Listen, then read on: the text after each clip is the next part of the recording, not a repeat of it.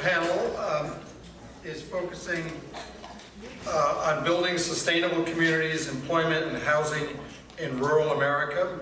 Our first speaker, and again, the full biographies are in the printed sheet of biographies available outside the door.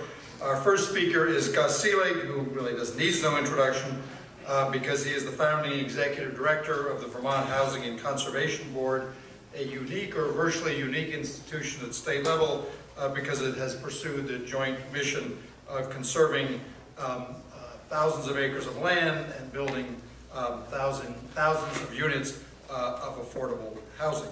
Our second speaker is Lori Restino, a colleague of mine here at Vermont Law School, who's the director of our newly created Center for Agriculture and Food Systems, the mission of which is to develop the next generation of sustainable food and agricultural law and policy leaders while providing legal and policy resources and solutions for citizens here in Vermont and across the country. She's also an associate professor of law. She comes to us after a long and distinguished career in the U.S. Department of Agriculture, Office of General Counsel. And then finally, Sean Gilpin will wrap up. He is works with the Champlain Valley Office of Economic Opportunity Mobile Home Project, where he works on the use and employment of mobile homes to meet housing needs and become involved in the larger planning and land use issues that are raised by this unique type of affordable housing. He is a graduate of the University of Vermont with a Bachelor of Science in Community and International Development.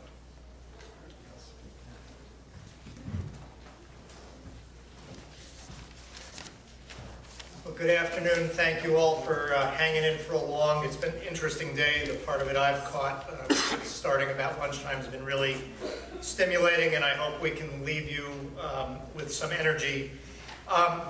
I come from this work from a perspective of somebody who worked in community action for 10 years before I started it with the Housing and Conservation Board as a low-income advocate and in community development.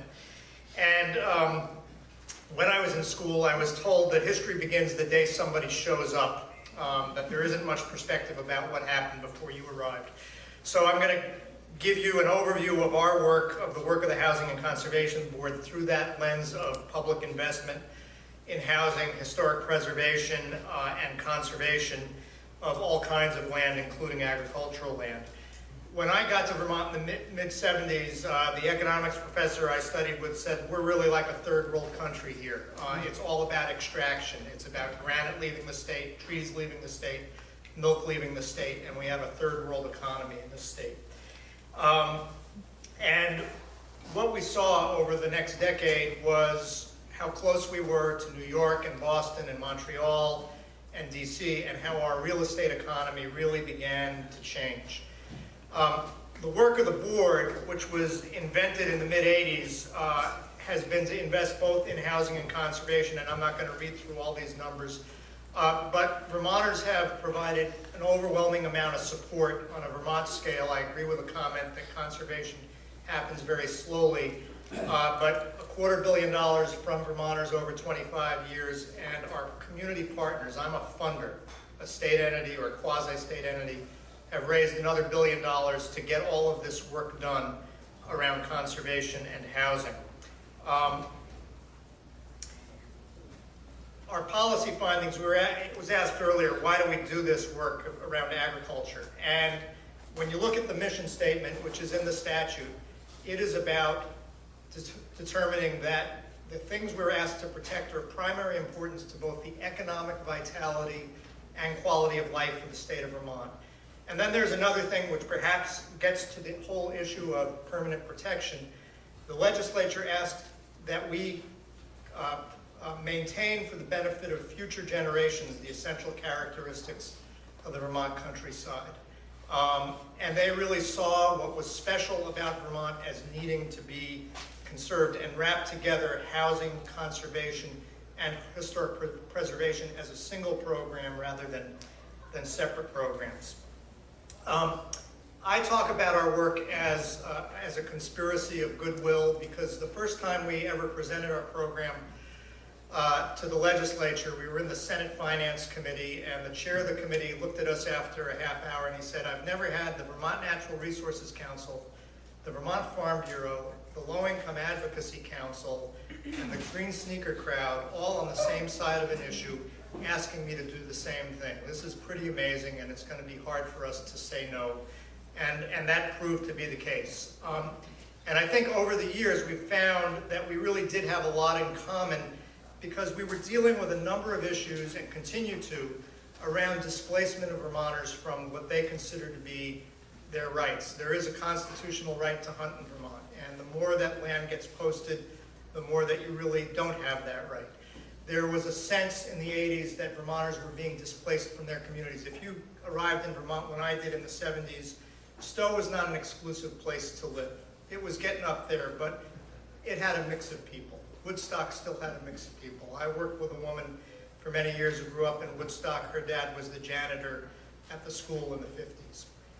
That's not the case in Woodstock anymore. And so this notion of equity, access to land, access to housing really came to fore. If you go back in time in Vermont, it is all about compact village settlement and a working landscape. So this is quintessential Vermont.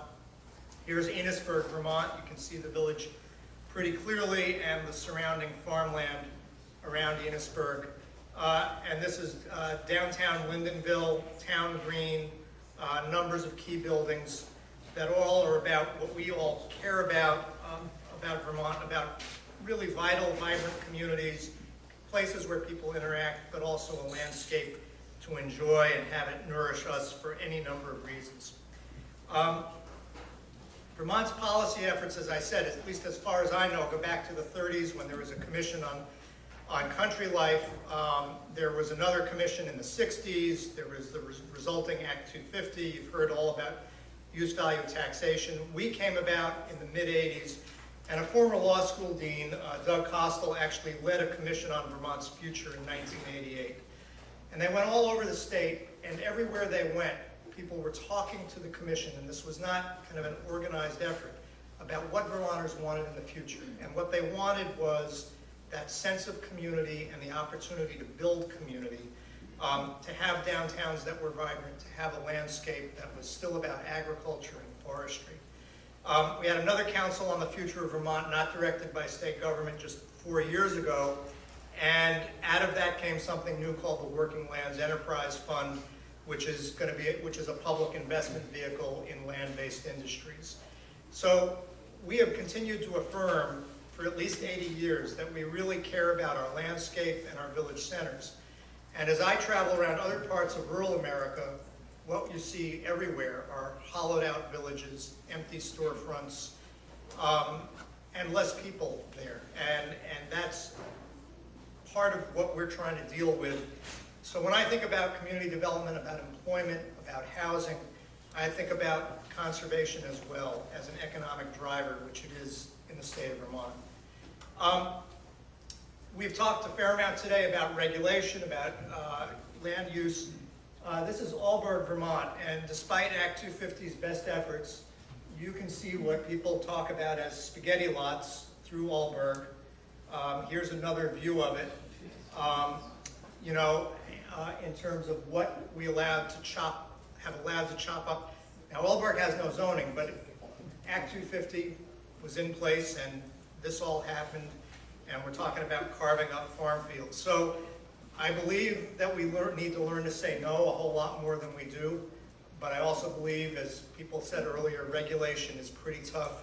And although this is the freedom and unity state, not the live free or die state, Vermonters really don't like it when somebody, and especially the government, tells them no. So the conservation of open space, conservation of agricultural land, we have tried very deliberately to protect our best agricultural soils, and you can see that in Swanton and Highgate and Fairfield, and you'll see these kinds of concentrations in Addison County and in Orleans County as well, which are our view of rural community development is that agriculture is in part a culture, and suburbanization or exurbanization really going to have a detrimental effect on agriculture. Early on, we made a visit down to Connecticut to visit their development rights program, and we visited a farm that was just completely surrounded by suburbanization. And the farmer said, I just can't do it here anymore. The neighbors hate the smells, they hate the tractor on the road. You really got to protect the whole agricultural communities. Don't try to save a farm in every town. Try to invest in agricultural communities. So that's what our work has been about. I'm going to switch and talk about two stories of two communities in terms of our housing and conservation work. This is Brattleboro, Vermont. And over time, a group called the Wyndham and Windsor Housing Trust has had a huge impact. If any of you know the Clark Canal Street neighborhood in Brattleboro, that's what you're looking at. It is just off Main Street.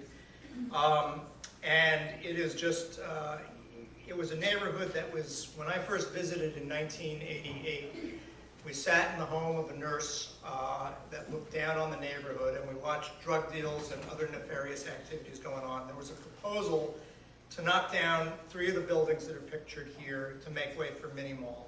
And they really wanted to save their neighborhood. And so bit by bit, over 25 years, the Wyndham and Windsor Housing Trust has been investing in this neighborhood.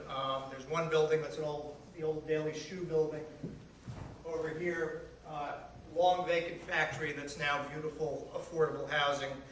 And it's just had an enormous impact and really rebuilt a sense of community. The crown jewel is this building, the Brattleboro Food Co-op building that just opened last fall. And I'm just going to tell you quickly about the story of this building. What you saw before this building was built was a strip mall, and this is right at the edge of downtown, back on the river. And first the co-op had to make a decision. Were they going to go for a location that had tons of parking out on Putney Road, or were they going to support the staying downtown? And they concluded pretty quickly that they were an important economic anchor for a downtown that has a Walmart on the other side of the river, and that a lot of people in town wanted to be able to walk to the co-op. There's a number of things that are cool about this building. One is it restores the historic streetscape. Second thing that was cool about it is that they went to the local community land trust, housing trust, and said, we only need 2 floors, but we can build 4. Would you like to be our partners and build affordable housing above? And they said, I'm told they took 30 seconds to say yes. This building is in part heated with the excess heat from the refrigeration system. At least 3 employees at the co-op are living in the apartments above.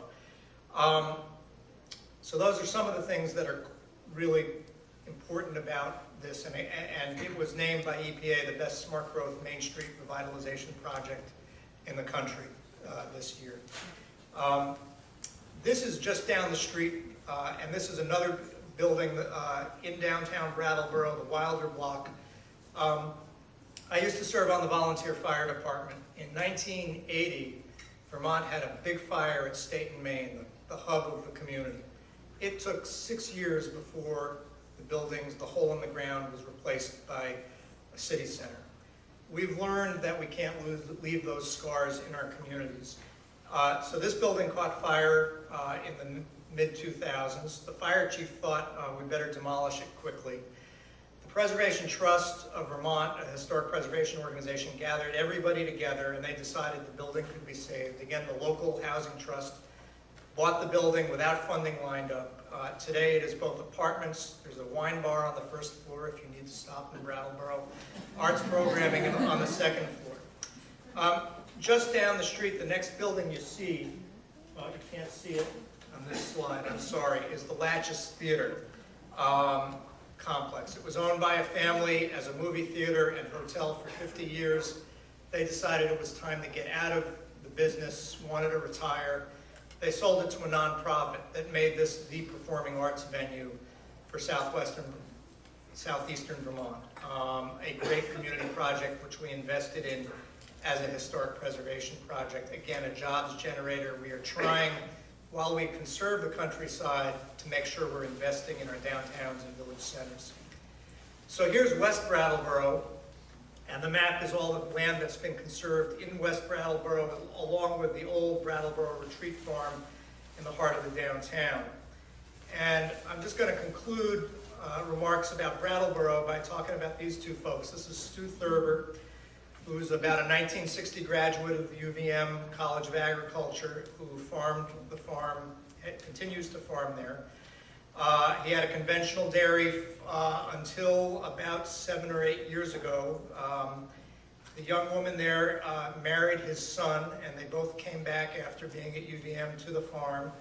They've gone organic. She's raising strawberries, cut flowers, vegetables that are going to the nursing home and to the school. And it is a site of employment in West Brattleboro. I don't know the total numbers of people they're employing, but it's much more than the 1 or 2 person dairy operation that was going on there before. Let's see, it's not advancing now.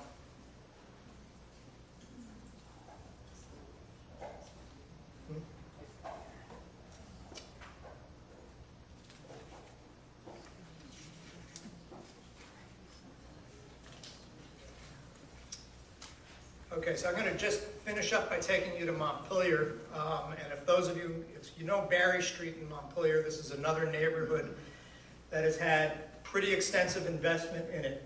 And at the lower end of the picture, there were 2 granite sheds that, again, were sitting vacant. This is right by the food co-op in Montpelier, or the other side of the railroad tracks. Stonecutter's Way is the street that divides it. Again, local housing trusts took on the prospect of building housing in this neighborhood. Down at the other end of the street, we had yet another fire in this building, the old Catholic school that the city owned. And it has been rebuilt, wood pellet boiler, solar hot water, highly energy efficient today. It was heating the outdoors before, and it's got 14 apartments and is now home to the senior center. There's some other buildings that have some commercial space on Barry Street. And without any sprawl at all, we've added in total about 85 units of housing within 5 minutes of Main Street in Montpelier, 10 minutes maximum if you walk slowly. So that's the sort of work, sort of community revitalization work that we are always trying to do across the state. And this just gives you a sense of East Montpelier. Montpelier and East Montpelier were once one community, and then the town split apart. And we've conserved about 2,500 acres of land in East Montpelier. You can see there's about a 20-mile trail system that the community pulled together. Some because we bought and helped conserve land, some by people just donating trail easements. That's an economic driver for the town as well as a recreational asset. And East Montpelier is probably does have a lot more regulation than you saw up in Alburg, but this is the Cornerstone Farm in East Montpelier, Fairmont Farms. When I first knew the owner, it was a 100 to 200 cow dairy. He formed a partnership with his neighbor, John Hall. This was Austin Cleaves. And ultimately, John's son took over the farm. And they are now a large farm operation, so this is a different story than the Brattleboro one. They're milking 1,000 cows. And I asked Richard why he and Bonnie wanted to get big. And he said, you know, Mom and Dad had a great life. But Bonnie and I weren't going to work 7 days a week and never have a weekend off with our kids or our friends. We need to have at least every other weekend off. And we wanted to have an operation that could give our employees health care. And the decision they made was to get bigger. And they are now, there are still a number of small farms in East Montpelier. They are certainly taking care of their neighbors' land as well as their own. But it's another thought about how we do development and rural development in Vermont. So with that, I think I've used my time, and I'm going to stop and turn it over to Lori.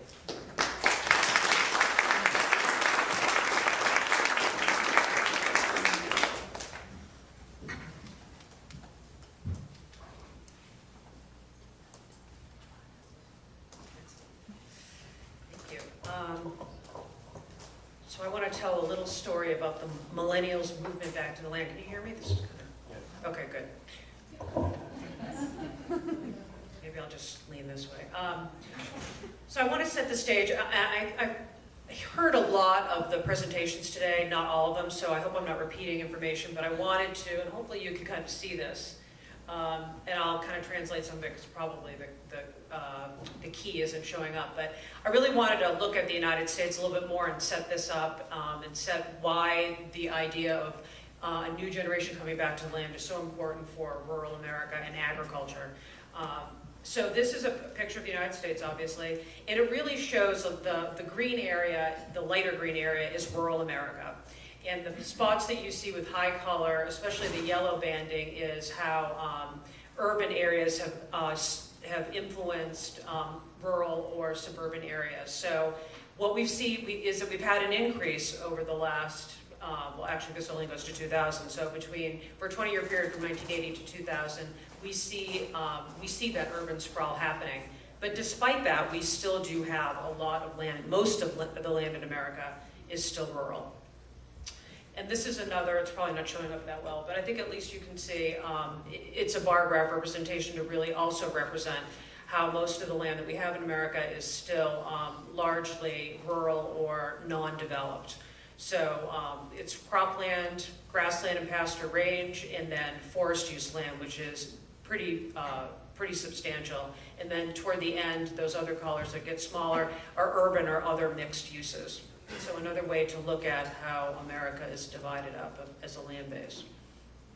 Another pictorial, and this just shows the types of uses with little pie charts from across the country. And so you'll see in the, as we go out west, which isn't surprising, we have a lot of grassland, significant, obviously, public lands, forested land. And when we get up to the northeast, especially as you go northern, we get a lot of forested land, as well as in the southeast. And as we're at the coastal areas on both sides, there's a lot of urban development.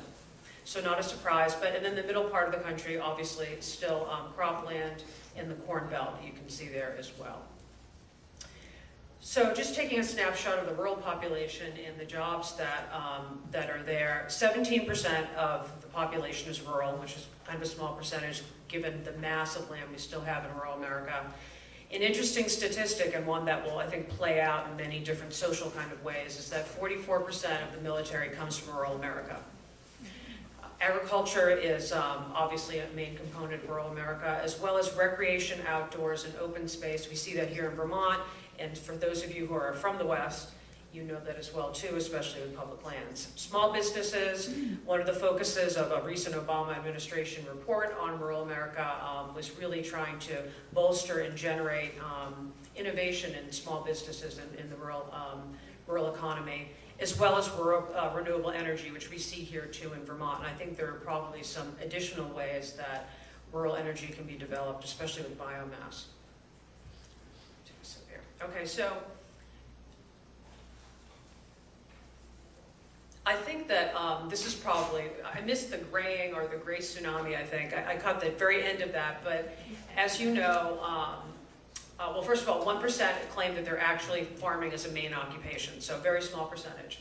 And America's farmers are aging, 60% are 55 or older. In addition to all this, the barriers to farming have increased. So the example of the high cost of land, and one of the reasons for that is the rise in commodity prices, so land is worth more, as well as infrastructure, risk management. So what's happened is we've seen the disappearance of middle-sized farms. We have some growth in small end farms, very small, which some of which we see here in this state, and then the consolidation of farms to very large farms. And so another reason why new farmers are needed, which kind of this all builds up to, is that having farmers is critical to food security. So I'm going to argue here, that's probably not very controversial, that we do need new food systems because the current food system we have is really not very food secure. This is a snapshot that was done by, the statistics were done by South Dakota State University, and you can see in the Plains states here what's happened with the loss of grassland and wildlife habitat. And a lot of this is driven because of the high commodity prices. So corn and soybeans has driven land out of, for example, the Conservation Reserve Program, which takes sensitive lands out of production, as well as the conversion of wetlands. And in fact, the mass conversion of wetlands in this area is a significant environmental impact. And this is another broader look at this. So we see, I think the Environmental Working Group did this.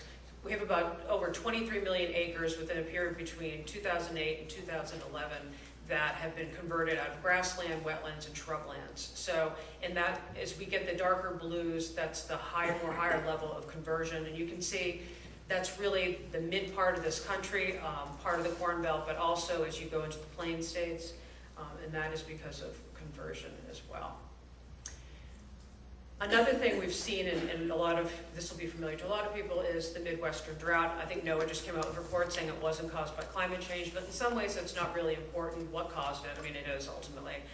But for my purposes, I think what it shows is that when you have a food system that is very heavily weighted toward the production of one thing or one set of things, that you risk being food secure. So what happens is it turns out when you have a catastrophic event like this, you have multiple costs associated with that. So it's not just that loss of crop that you see in that picture, but it's also the insurance costs, it's also the environmental impact, all the inputs that go into making corn.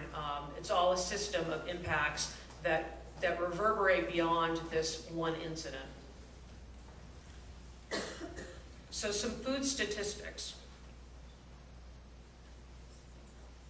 Americans in general spend less on food than any other developed country. That probably isn't surprising to a lot of folks. Calorie intake increased 314 calories per day from 1971 to 2003. And interestingly though, those calories decreased 74 calories between 2002 and 2010, but obesity increased. So, so the news isn't completely good. And still, I think what this shows though is over time we've had this pretty significant trend of more calorie intake. In part of that is meat, that we eat more meat now significantly than we did compared to 1950. So about 60 pounds per year per individual more than we did previously. And Americans consume about 200 pounds of meat per year each. Significant, and that's significant too for the environmental impacts of that, because obviously it takes a lot of energy to produce meat, and I'll get into that in a minute. So this is interesting too from the food waste perspective. Aggregate food supply provides about 3,800 calories, which is a lot per person per day in America, but 1,100 of those were lost to food waste. And this might not be too visible either, but I think the bottom line here, this is a New York Times graphic, and essentially what it shows is that to produce 6 ounces of beef, the amount of energy that takes is significantly 16 times as much as broccoli and rice and some other vegetables. So a great input of energy and impacts from that. And so, and the next graphic is showing the same thing. The outputs that we get from animals are significant in terms of manure. And as we talked about previously in this symposium, that obviously has tremendous environmental impacts, especially to water quality. So enter the new agrarians. So we need farmers. We have a system that really needs to be diversified. It's not sustainable the way it is currently. So who are the new agrarians? And how are they different from farmers of the past? Neil Hamilton has called this new group of people, which we see here in Vermont, the cultural creatives. They're community-oriented. They generally have an ethic of environmental stewardship, and there are a lot of women that have taken back to farming. And that was, I've only been in this job since January, but I was fortunate my first week of employment here, the NOFA marketing conference was here, so I was able to attend it. And one of the things I was really struck by was the fact that it was, there was a lot of young women. And I thought, wow, I wonder if anybody's done a study about this. But other people have also realized that, and there's a website called Farmer Jane and a lot of other things. So I'd be interested to read some studies, some sociological studies, like why women are coming back, why they're feeling empowered by farming, if it's that you do just feel empowered, that you're kind of the master of your own, or you're the mistress of your own destiny. But I think it's interesting sociologically, but it also has an impact, I think, when we're trying to grow this sector of the food economy, which I'm going to argue that we're trying to do that here in Vermont, and that's one of our key exportable products here that can be used as a model outside of Vermont. So in cultural creatives, I just wanted to go over that a little bit. And, I actually had the Fable Farm guys in my office a couple days ago, and I don't know if any of you have ever gone to Fable Farm, but apparently over the summer they're starting to do plays, and then they do these multiple diversified kind of activities. So they're very community oriented with also this arts kind of influence, which apparently is done in other farms as well. So the people who are working here in these farms, as well as some of the other coastal, on the other side of the country, are really doing it in kind of a multifactorial way, almost in a different way, in which they bring in other interests and other passions, including the arts, or what we'll see now these days is people taking technologies like using blog posts to do their marketing, tweeting things, making their own websites, creating different products. So there's a different approach to this population that's getting involved back in the land. And then I have, this is not my graphic obviously, but the Young Farmers Org. So there's even organizations now for farmers coming back to the land. So this is a transformational opportunity when we kind of take all these factors into account. Along with the things I mentioned, the status of what's going on in America when it comes to food production, and the environmental impacts of that, and the non-diversification, and then we add on this group of people who are coming back to the land. I think with this has also come this growing food movement and food awareness, which is really kind of a new thing. And I remember growing up, practically the only cooking show on TV was Julia Child, so that probably dates me. But now we have like Food Network, which, although that's part of the popular culture, I actually think that popular culture has helped move America forward to really care about land. Prior to, I think, the last 5 or 6 years, the idea of restaurants taking food directly from farms and having that relationship and freshness wasn't really part of the lexicon.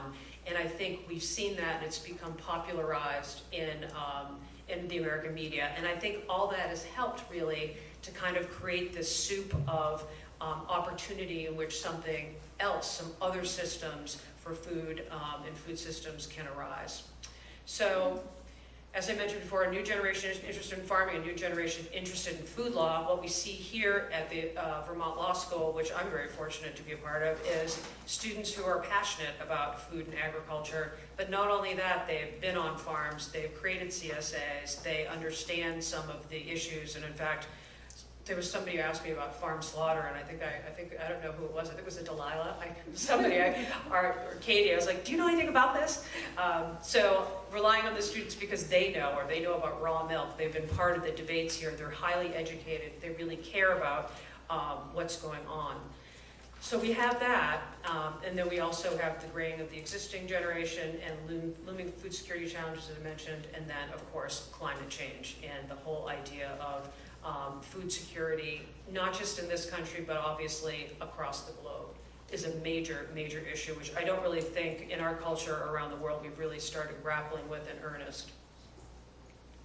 So in order to bring this kind of magical group of things that has happened together to actually make progress, what is needed? If you really want to have sustainable food sheds, you don't want to have it just be a flash in the pan, our version of Woodstock in 2013, then what's necessary? And I would argue to you, or I would propose to you, that what's needed is a legal framework that goes along with the progressive policy that's emerging in Vermont, and that's also exportable. So it marries up to the policy, and what it does is it helps perpetuate local food systems, because the current system that we have isn't really tiered toward the scale of local food systems. And I'll go over that a little bit more.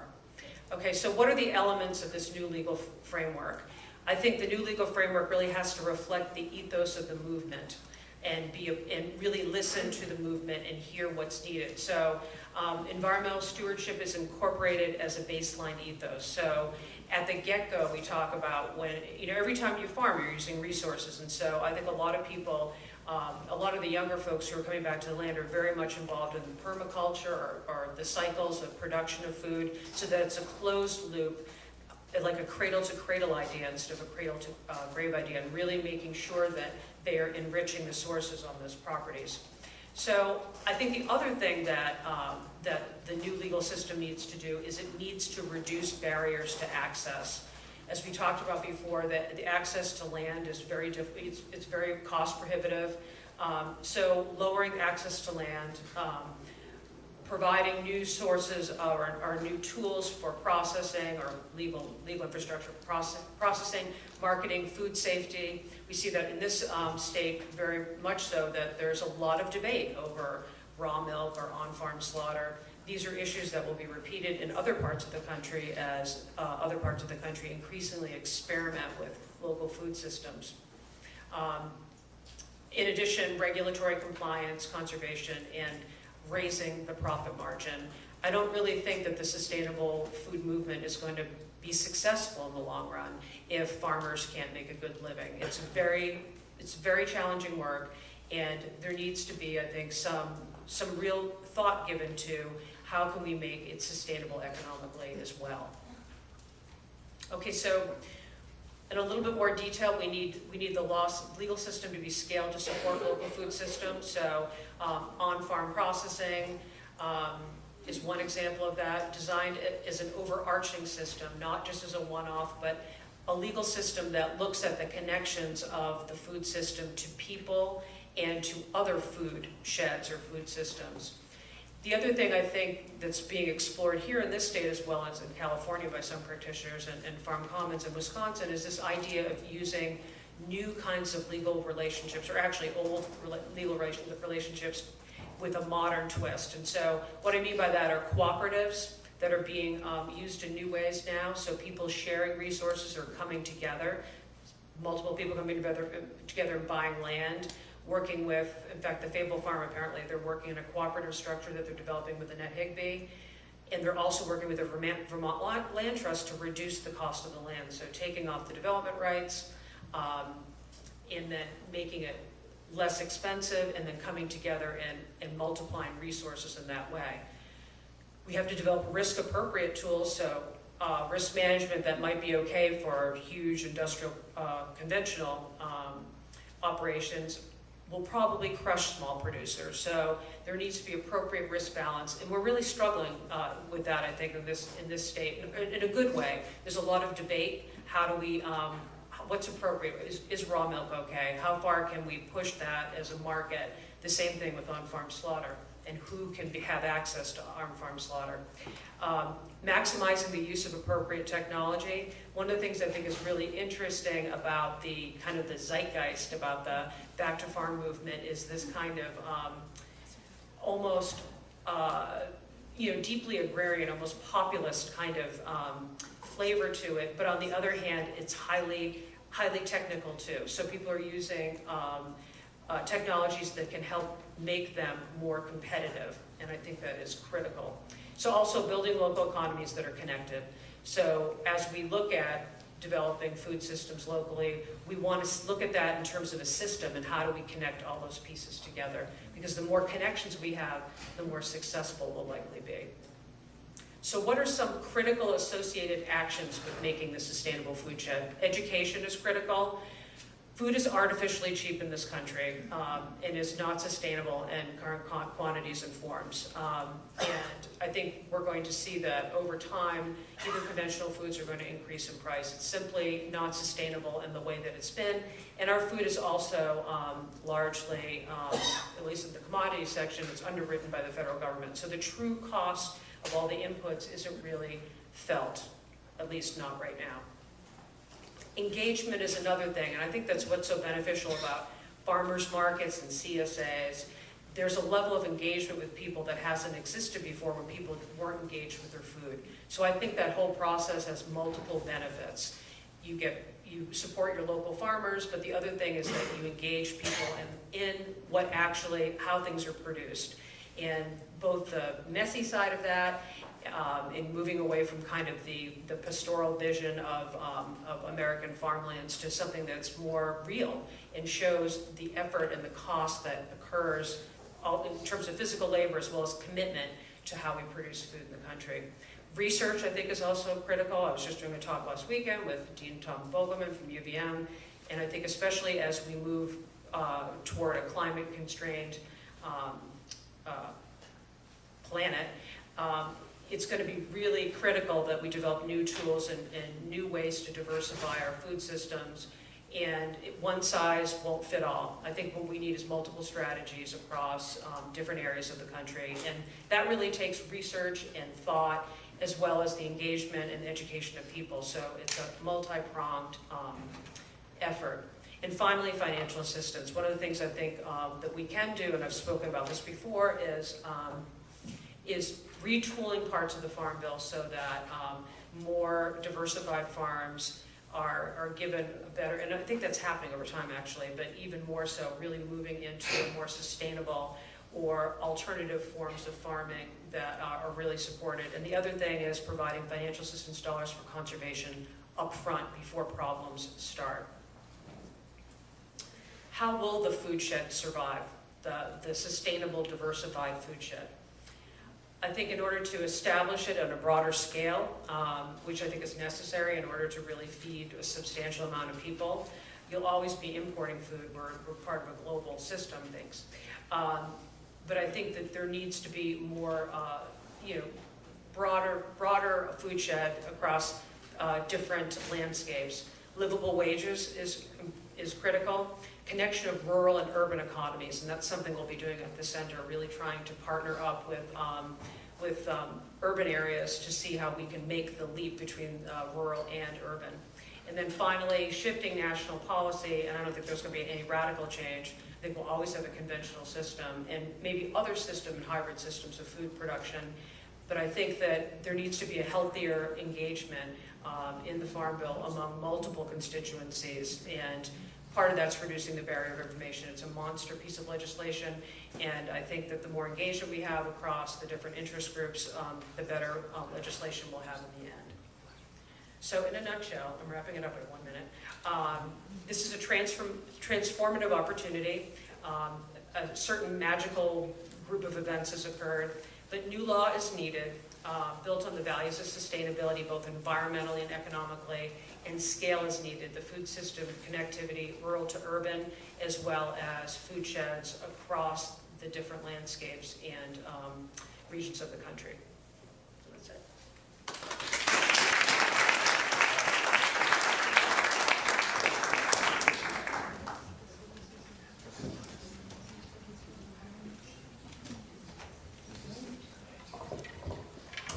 Okay, hello. How's that work for Mike? Good. No concerns? Okay.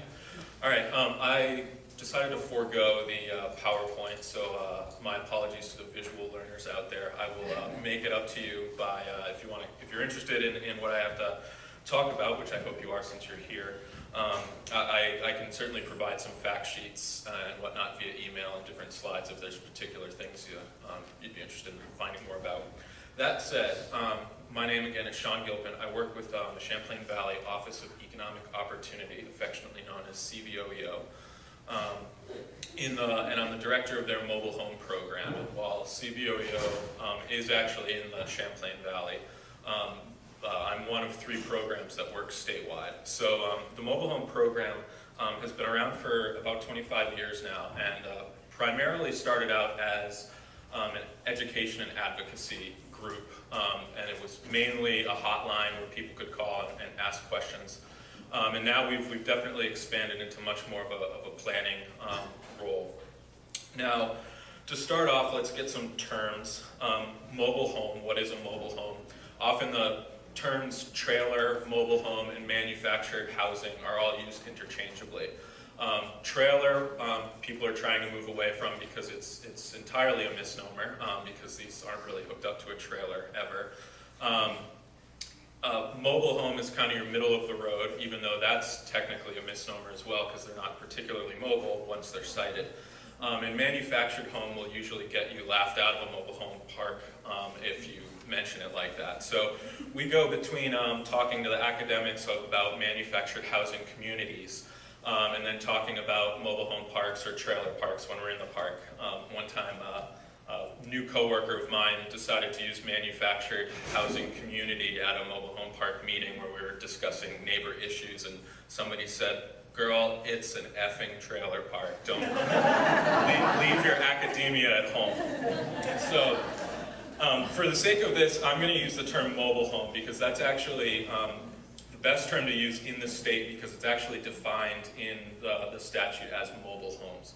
And a mobile home is basically a home fitting a certain dimensions that's built, the key is it's built on a permanent chassis that can be transported and sited either with or without a foundation. And it contains all the heat system, the plumbing, and the electrical is already built into the home. So that being said, mobile homes are not very mobile.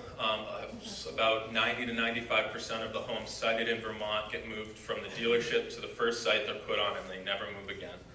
It's very expensive to move a mobile home if it's even possible, because as they age, it becomes even less possible to move them. Now, why talk about mobile homes at all? Most of the time they're out of sight and out of mind. However, as of 2010, when the last census was taken, there were 22,317 mobile homes in the state of Vermont. And that makes up 7% of all the housing units. So it's not an insignificant number of housing units, obviously, and most of them, while not legally designated affordable housing, do actually end up being affordable for the people living in them, more or less. About a third of that 22,000+ are in mobile home parks, which is a particularly unique situation because most of the times the residents of the home own the home. They own that structure and are responsible for its upkeep, but they lease the land beneath it. And so they actually have an interesting power dynamic where they don't own the land or the infrastructure that provides the services that they need to their home. However, the home is very difficult to move, unlike perhaps moving out of an apartment would be. And for that reason, there's actually a whole chapter in Title 10, Chapter 153, that specifically relates to mobile home parks and the rights and responsibilities of mobile home owners who reside in parks. And that's where we do most of our education and outreach. Now, to give you some idea, there's currently there's 246 mobile home parks in the state. And I'll bet that if any of you are thinking that there's not one in your town or a town adjacent to yours, you're probably wrong. And as I said, a third of the mobile homes in the park are there. The median monthly lot rent, so what somebody's paying for rent in a mobile home, is a median of $304 right now. So you can see how an alternative to a mobile home being an apartment is really not economically feasible in many cases in most areas, especially since most of the mobile homes in the state of Vermont are particularly old and do not have a mortgage on them. So this is literally, it's, you know, the rent, which is anywhere from, I've seen it as low as, I think, $120 up to, you know, a little over $400 a month, plus utilities is what you're paying for your living costs. Our program has actually worked closely with the University of Vermont to do a number of different surveys, and we've recently finished up a survey of 363 homes in 127 different parks all across the state. So I'm going to throw out a few statistics right off the bat, and then we'll hopefully get a little bit away from the numbers. But of the got my wrong fact sheet. So within the parks, oftentimes I think people envision mobile home parks as being for the, quote, newlywed or nearly dead, which is actually not the case. It's really not transitional housing.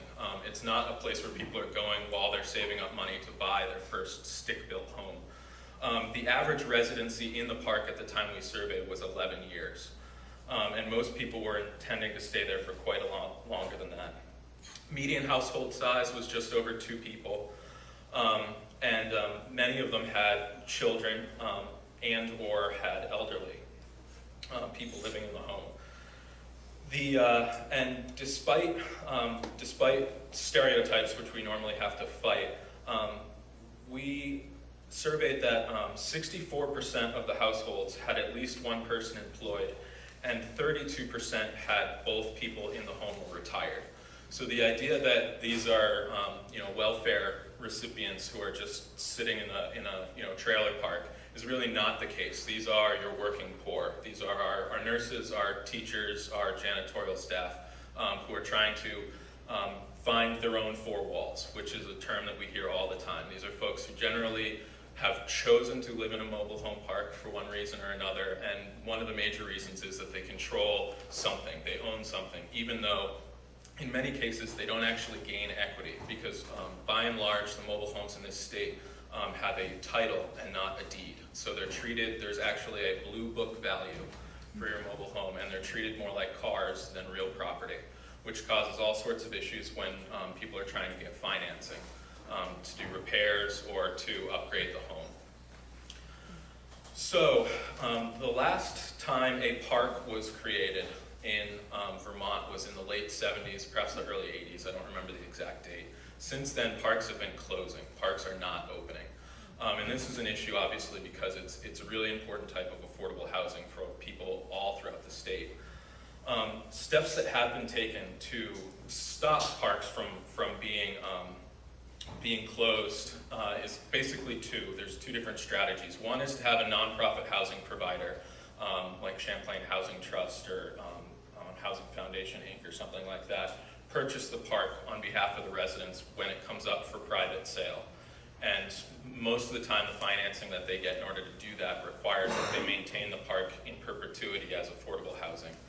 The other option, which I'll talk about a little more in a minute, is to go resident-owned cooperative, where basically the residents create a cooperative entity which then purchases the park, and the residents who are in the park become shareholders of that entity and democratically control the management of the park.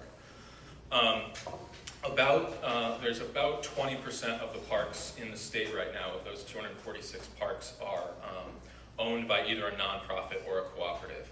The last time there was a big push for co-ops, prior to now, which I'll get to in a minute, it was back in the late 80s, and the model was basically that you would, when a park came up for sale, the stakeholders at B would scramble to find a nonprofit who was willing and able to purchase the park.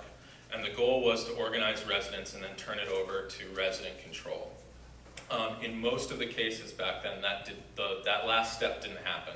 The parks were purchased by a nonprofit, and I'm speculating a little here, but frankly, it seems like most of the time at that point, there wasn't a big fire under the feet of the residents to continue working on that. Organizing, the nonprofits were doing pretty well at the time, and it stopped there.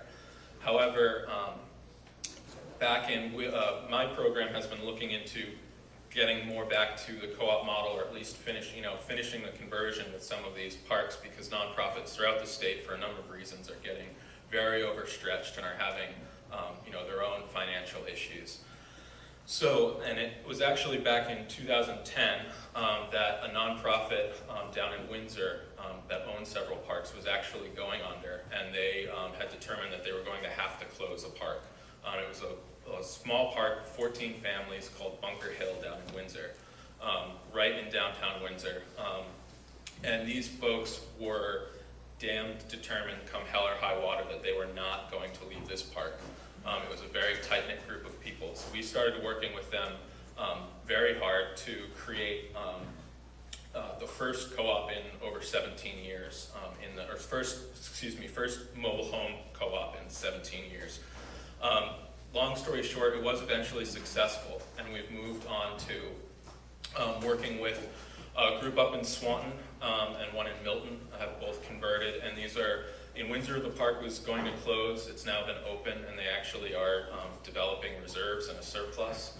They've dealt with some issues that the nonprofit had spent years litigating with residents, and they finished the construction project that would alleviate the issue in less time and with less money than it took to keep the lawyers around for years.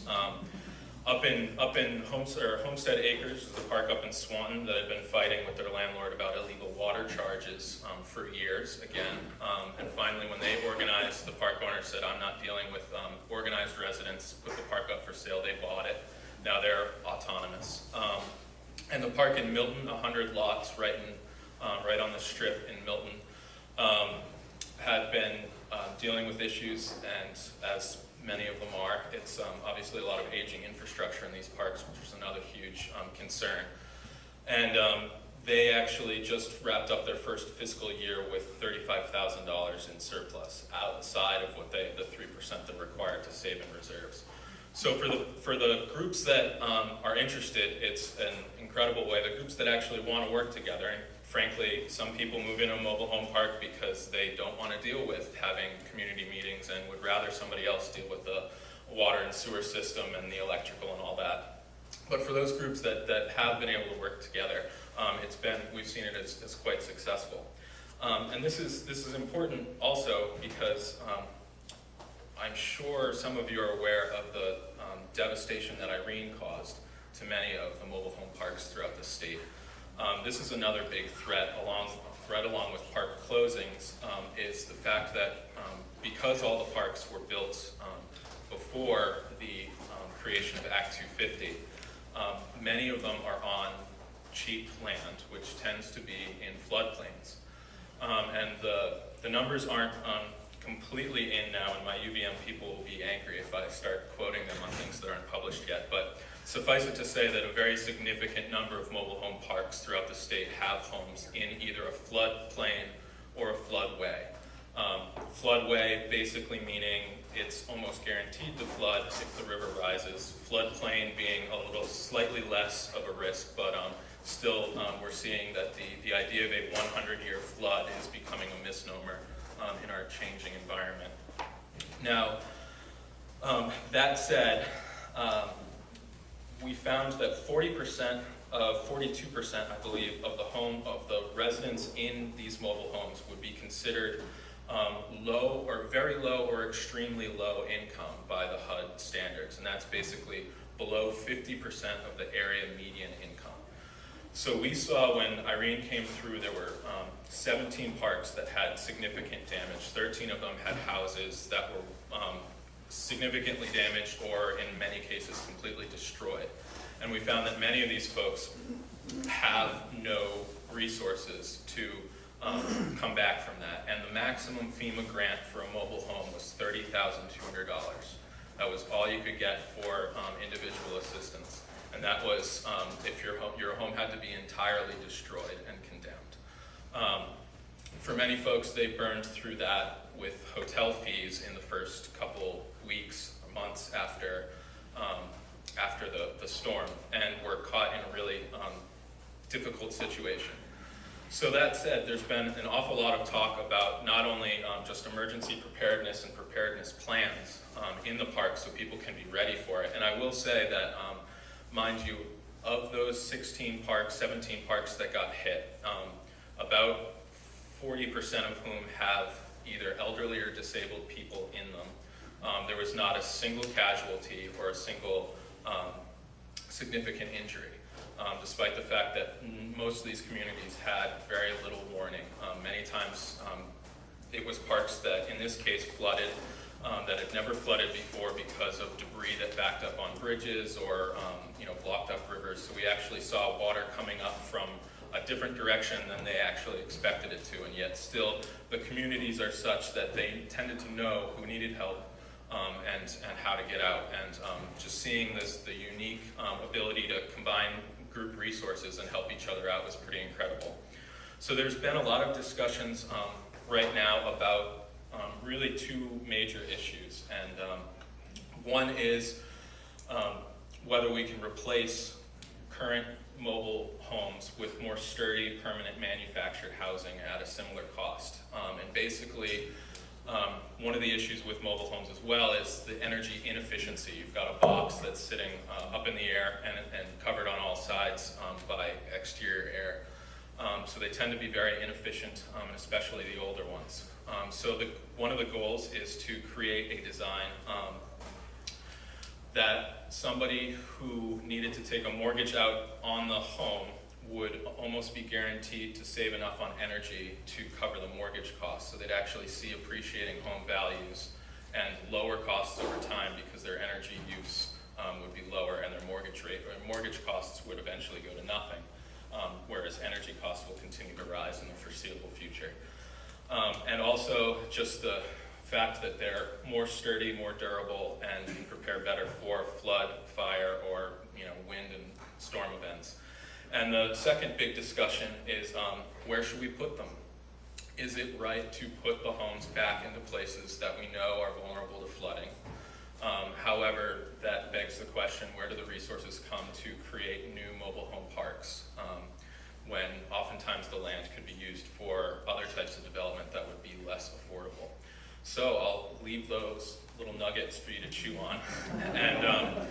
And quick plug, we're working right now to create a big manual to help further cooperative communities convert to cooperatives, and if any budding attorneys would like to look over some legal documents to make sure we got it right, that would be great. So anyway, I'll leave it at that.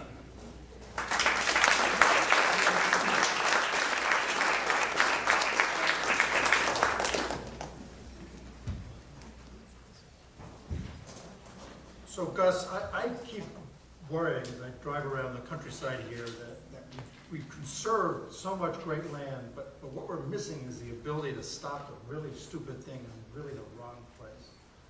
And I know we don't like to hear no, but a lot of us like to say no to other people. And, if we recognize that in order to say no to other people, to prevent stupid things in the wrong place, we might have to accept some no being applied to us. Maybe we could make some movement on figuring out how to say no to stupid things in the wrong place. Any thoughts on how we might complement all of our remarkable work in conserving lands and with a more robust effort to regulate the use of land in Vermont? I think that that's really a matter of political will that unfortunately has not been well demonstrated. So we passed some pretty heavy-duty planning laws, for instance, as a result of the Coastal Commission that I mentioned, that had penalties to communities that didn't plan. And ultimately, the legislature pulled back on the penalties. So I don't have any argument with the notion that we need a tougher regulatory environment, and we ought to have one. And I would vote for people who were willing to do that.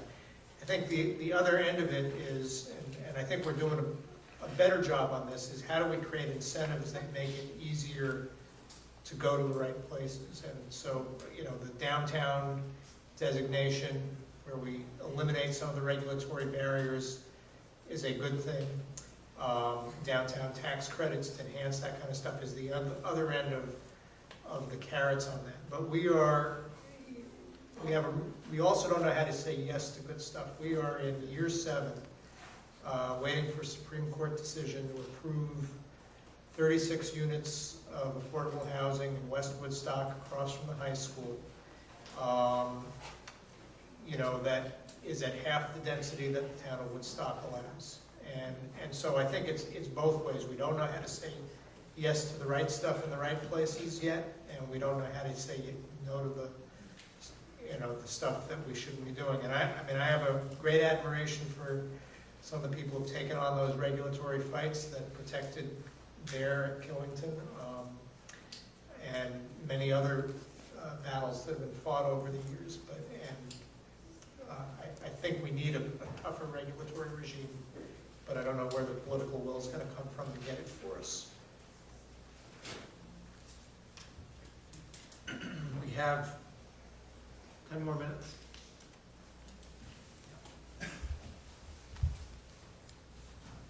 I have a question to Lori. So genetically modified crops hold a great potential for increasing yields in a cost-effective way. However, there is a great controversy about them.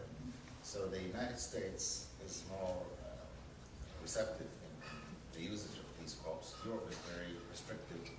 This has a global effect because many developing countries who would be food exporters or grain exporters, if they were to use this technology, are not using it because they don't want to lose European markets.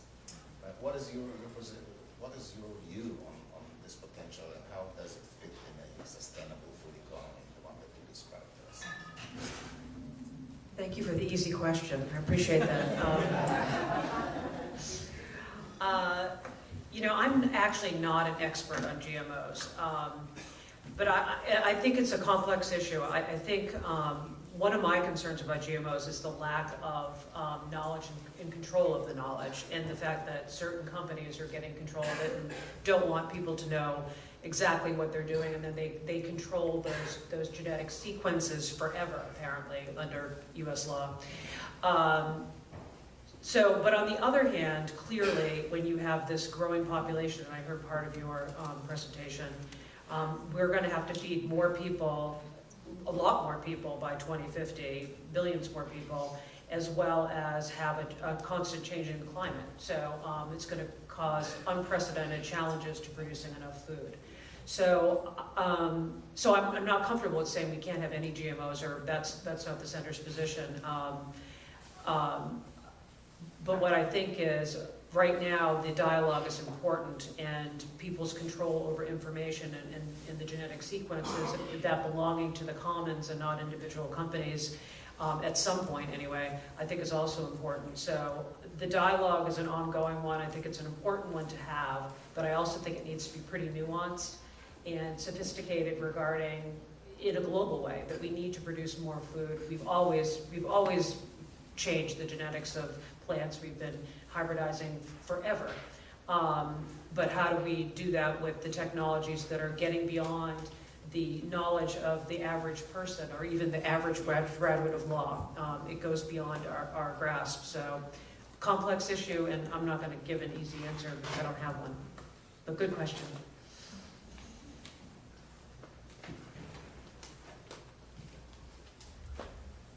Thank you. Robert? Another question for Lori. I visited a very successful growing organic farm in Oregon, and one of the things they said was they couldn't afford labor and they foresaw a labor shortage. Young people used to work on a farm there, weren't any good at it, wouldn't do it. So they were turning into a very large, very capital-intensive organic farm that avoided pesticides by having equipment that could interpret visually weeds and cut them mechanically. And so what I saw was great for the environment, but shrinking employment and more concentration of capital. Are you worried about that trend in the world of alternative agriculture? Yeah, I think, like I said before, I think one of the problems with alternative forms of agriculture is having enough resources and making it economically viable enough that people actually want to do it. And labor's also an issue that we're looking at, especially for migrant labor, which is obviously an ongoing debate in this country. But yeah, I think getting economies of scale and having people brought back to the land in a way that they'll stay and it's worth it is one of the big challenges to doing that. Because obviously we scaled up in conventional food because of the economies of scale. So how do we do differently this time around? What kind of organizations and community can we build so that it becomes viable and that people will want to make those trade-offs in order to stay on the land? I have a question for Sean, and I've always been a big fan of mobile homes, a great source of affordable housing. And if this reflects incredible ignorance, you just have to excuse me and correct me. But my sense is that the industry is behind the curve in terms of design. That there are opportunities, in the consumer market. There are many ways in which the designers, Michael Graves comes to mind, sophisticated, creative designer who's been enlisted to help improve the design of very low-cost consumer products. And applying better design to manufactured housing, it strikes me as not inconsistent with maintaining manufactured housing as a source of low-cost housing. I just didn't know, my impression is that that's not happening and should be encouraged.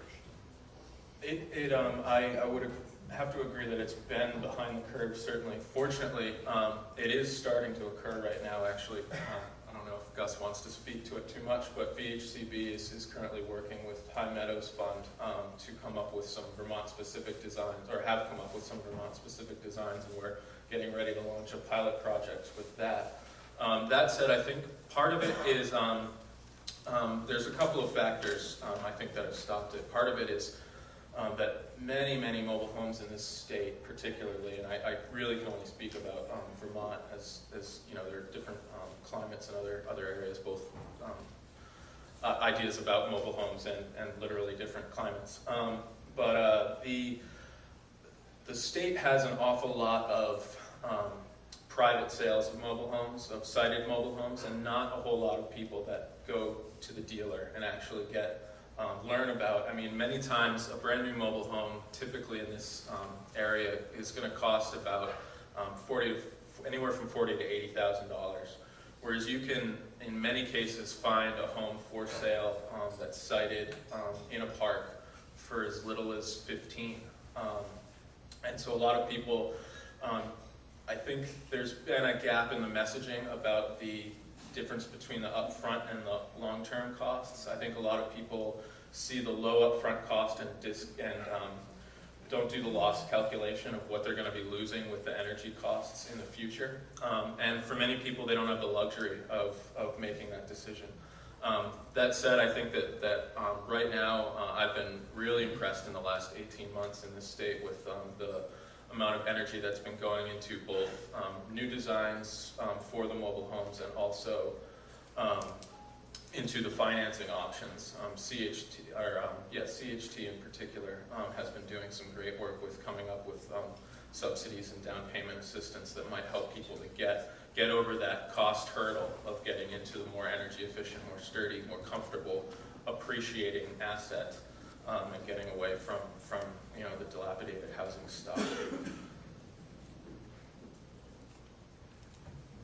Yes. About the mobile homes, when you have a home and it begins to age, you're able to rehabilitate it in some fashion, and if it becomes substandard, sometimes you cannot. It has to be demolished. But with mobile home, and as they're aging, and you said there's quite a few, what is the standard for taking that home, and how does the home become restored, or do you have to take it apart? What becomes of that waste? Yeah, good question. I could probably write a thesis on that. So an interesting or an important, first off, I should say, it's important not to paint all mobile homes with the same broad brush, because I will say that I personally have been in some homes, even older homes, mobile homes, that if I'd been blindfolded and walked in there, I would never know that it was a mobile home. And I've seen some, you know, relatively new mobile homes that are already falling apart. You know, so it does depend, obviously, like with any homeowner, it depends a lot on the skills and abilities, both financially and physically, of the homeowner to be able to upkeep things. That said, sort of the magical number that gets thrown around a lot in the mobile home arena is the year 1976. And it's important because prior to 1976, there was actually no building code whatsoever for a mobile home. You could build it to whatever specs, you know, maybe some of the states might have had their own codes, but there was no national code. In 1976, HUD came out with the first building code, and it's been updated since then. And so typically when we look at pre-1976 homes, it becomes particularly difficult to repair them. Firstly, because they are that old. Secondly, because they're often made of, you know, substandard building materials, or what we would now consider substandard building materials. And the biggest hurdle is getting financing to do a major repair. Banks typically don't want to make a loan to repair a home that's pre-76 for a number of logical reasons. So there is a lot that can be done to keep the homes in some sort of livable shape. I mean, I very rarely see homes that I would, you know, suggest be condemned. That said, once they are past their usable life, it's particularly expensive to dispose of them, because aside from maybe, you know, unless you want to get a crew in there and do some really intensive salvage work and try to pull timbers and, you know, metal roofing and that sort of thing, it essentially ends up in the landfill. And that causes, another big problem is abandoned mobile homes. Most of the time when you get to the point where you can no longer keep the mobile home up, it honestly makes the most fiscal sense to walk away. And we unfortunately have had plenty of calls where there's just people are at their rope's end, and there's really just nothing that can be done aside from trying to find money to demolish a mobile home. We demolished. Well, there's been a couple studies, and I'd be happy to send more info if you're interested on trying to demolish and what's the word I'm thinking of? Trying to salvage as much out of a mobile home demolition as possible, but the cost of removing them are still upwards of $5,000 per home, and that can vary drastically. And who bears that cost? Well, legally it should be the homeowner. Oftentimes it ends up being a park owner if a home is abandoned in a park, and then that owner is losing because while the former tenant is technically still responsible for the lot rent until the lot is able to be rented again. A lot of people have to abandon, and then the park owner ends up having to go through a pretty what can be a somewhat cumbersome process of actually getting ownership of this abandoned home just to pay the cost to remove it. Does HUD offer loans to rehabilitate?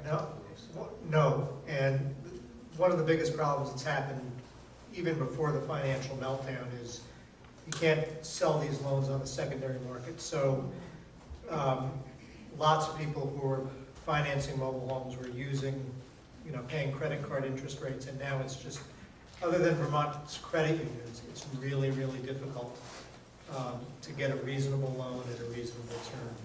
Real problem. Last question, go ahead.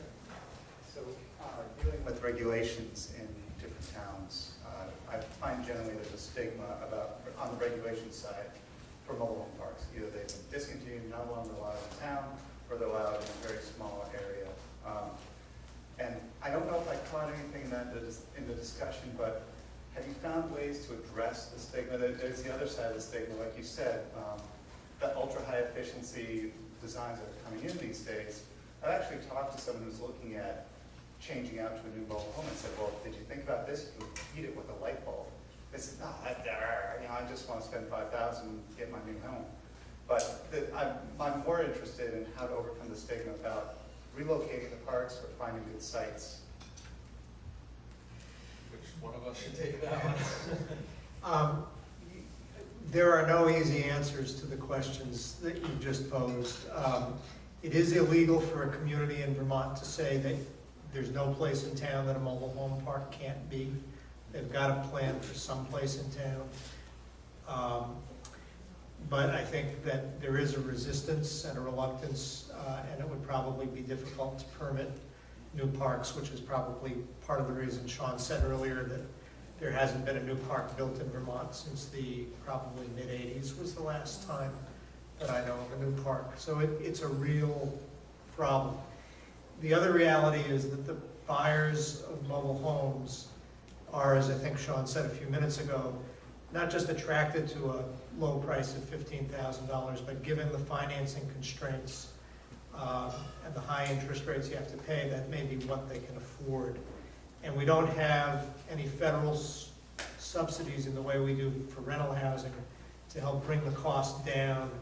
So we can build a home, we think, for $75,000 that would be, as you said, heated with a light bulb. But if the market is in the $15,000 to $25,000 range, how we fill that gap is a real Do challenge. you think it opens a gap for financing, though, when you get those better quality structures? There's no secondary market to buy these loans, so the commercial lenders are not going to make them. Or they're not now. I mean, Okay, we've run out of time. Thank you, panel.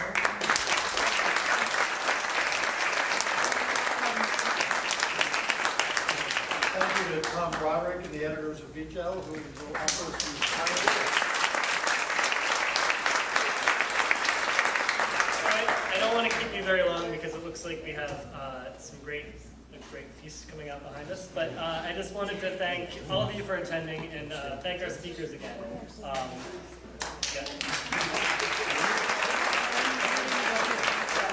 In addition, I'd like to thank our co-sponsors, the Northern New England chapter of the American Planning Association, in particular Peg Elmer and Ben Frost, the Environmental Law Center here on campus, in particular Peg Trombley and Ann Linehan, and the Office of Student Affairs and Diversity for providing each. And a few other VLS staff I quickly want to mention. Kathy McCullough, I don't know if you're here, but thank you for all your help. And Martina and the catering crew for everything they've done. Last but not least, I really want to stress how much help that John Echeverria and Janet Milne gave to me and to VJEL over the past year and to putting on this symposium. So with that, let's give them a hand.